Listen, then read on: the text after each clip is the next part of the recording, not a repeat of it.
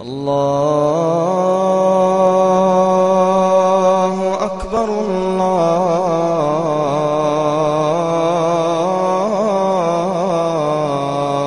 Акбар.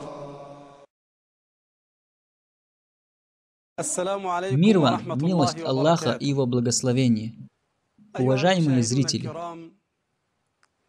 многие люди задают вопрос, можно ли мусульманину справлять день рождения и собирать своих братьев и любимых,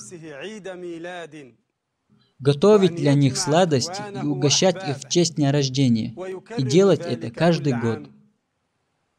Разрешается ли это в религии Аллаха и Его шариате? Или же это является запрещенным новшеством и подражанием Западу и неверным? Этот вопрос задают многие люди. Но перед тем, как ответить на него, я спрошу, делал ли это пророк, мир ему и благословение Аллаха? Ответ – нет. Делали ли это кто-то из праведных халифов? Ответ – нет. Установлено ли это в отношении сподвижников? Ответ – нет. Установлено ли это в отношении почтенных имамов, таких как Аш-Шафи'и, Малик, Абу Ханифа, Ахмад, да помилует их Аллах? Ответ – нет. Второй вопрос. Когда мусульмане начали думать об этом или делать это?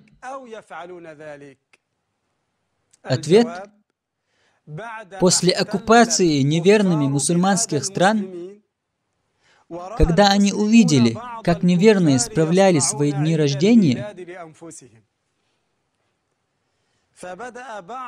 некоторые избалованные мусульмане начали подражать им, справлять то, что называют днем рождения. Итак, первое. Это не установлено в отношении сподвижников пророка, мир ему и благословение Аллаха. Второе. Это пришло к нам с Запада. И третье. Является ли это богоугодным поступком, который приближает тебя к Аллаху? Ответ – нет. Четвертое. Если это является обычаем неверных и язычников, разрешается ли мусульманину подражать неверным и язычникам?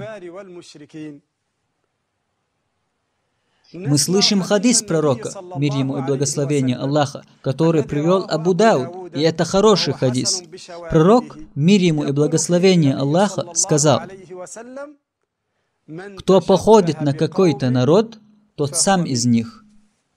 Кто походит на какой-то народ, тот сам из них». Таким образом, не разрешается нам подражать Западу и не мусульманам в следовании таким обычаям и традициям. И если кто-то скажет, что же нам запрещает, это не относится к религиозным обрядам или поклонению. Это из мирских дел, которые нам разрешается совершать. То мы ответим: пойдем со мной. Чтобы увидеть доказательства этого из сунны любимого Мухаммада, мир ему и благословение Аллаха, Абу Дауд привел с достоверным иснадом, что когда посланник Аллаха, мир ему и благословение, переселился в Медину, у ее жителей было 2 праздничных дня, которые они отмечали играми и весельем. Он спросил их, что эти дни означают. Они ответили: это дни, в которые мы веселимся, празднуя их со времен язычества. Тогда пророк, мир ему и благословение Аллаха, сказал им: поистине, Аллах заменил их 2 лучшими днями, днем жертвоприношения и днем разговения. Таким образом, пророк, мир ему и благословение Аллаха, разъяснил им, что наши дела, обычаи, традиции являются поклонением, которое приближает нас к Аллаху, свят Он и велик.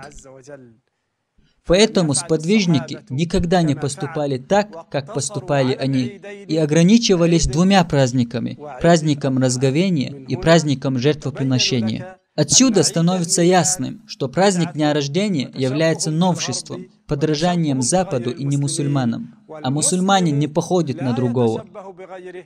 Мусульманин влияет на другого, а не попадает под влияние. Мусульманин – отличительная личность. Будь же таким. До встречи. Мир вам, милость Аллаха и его благословение.